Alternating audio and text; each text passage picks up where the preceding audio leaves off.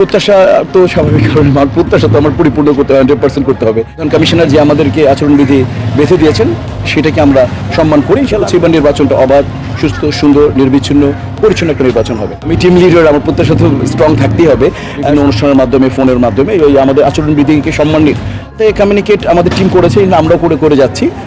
আমি বলতে পারি যে আমার মানে আমি প্রত্যেককে, আপনি বলবেন আমাকে, আমি প্রত্যেককে বলে দেবো কেন আমি নিয়েছি। 21 জন আমার একেবারে যাচাই বাছাই করে, আমি আমার মাথা অনেক খেটে আমাদের যে টিম ছিল, এক্সিকিউট যে টিম ছিল, তারা সবাই খুব ভেবে চিন্তে ইনশাআল্লাহ এক্সিকিউট করেছে 21 জনকে। তারা প্রত্যেকে যার যার জায়গায় গুণী সমৃদ্ধির জন্য তারা আমাদের টিমে। সবার আগে জন্য শুভকামনা ভাইয়া, আপনার জন্য, কলি ভাইয়ের জন্য শুভকামনা। তাকে আমি সালামও করেছি। আমাদের এরকম দু একটা অনুষ্ঠান ছাড়া তার সাথে কখনো দেখা হয়নি। আমি তো 36 বছর যাবত কাজ করছি রেগুলার, আমি কখনো তাকে কোনো মেকআপ রুমে আমি তার সাথে কাজ করা হয়নি। যেহেতু তার সাথে আমার কাজ করা হয়নি, কখনো এক চেয়ারে বসে একটা চা শেয়ার করিনি, অতএব তার সম্পর্কে আমার মন্তব্য করা উচিত না। যেহেতু উনি আমার দাঁড়িয়েছেন আমার অপোনেন্ট প্যানেলে, তার জন্য শুভকামনা জানাই।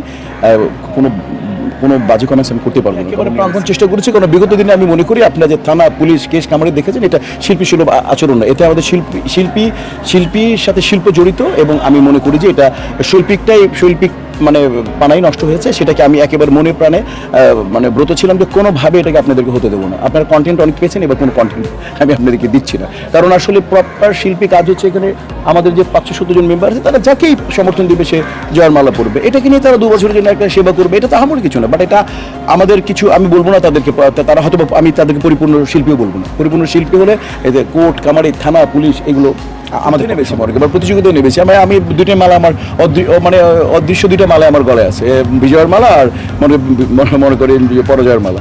যেটা আমি দেখবো যে আমি বিজিত হয়েছি, তখন মানে পরাজয়ের মালাটা খুলে ফেলবো।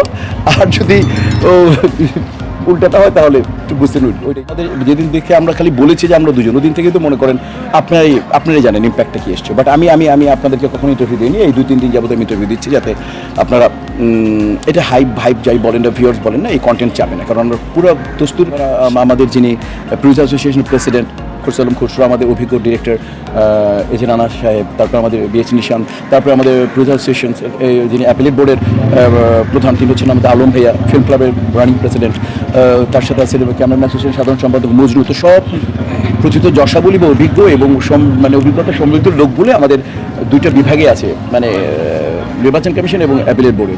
আমি আশা করি, এবং আমার প্রশাসনও আমাদেরকে, যেহেতু আপনি দেখেন আমার প্যানেলের সব স্টার সুপারস্টার, তো এই সবাই একটা মানে সবাই মিলে আমরা একটা অবাধ, সুস্থ, সুন্দর, নির্বিচ্ছিন্ন, পরিচ্ছন্ন একটা নির্বাচন। প্যানেলের অনেকেই কভার করতে পেরেছে, আমি একটু কম করতে পেরেছি, কারণ আমাকে প্রত্যেকদিনই আমার এই যে সারাদিনে কর্মকাণ্ডগুলো চালায় যেতে হয়। তো সেই আবার শুটিং ডাবিংও করতে এর মধ্যে ভাইয়া ওটা রুচি। তো আমি মনে হয় ফোনে একটু পিছিয়ে আছি, বাকি আলহামদুলিল্লাহ, বাট এটা কভার হয়ে যাবে, কভার করে ফেলবেন ইনশাআল্লাহ কাল পরশুর মধ্যে।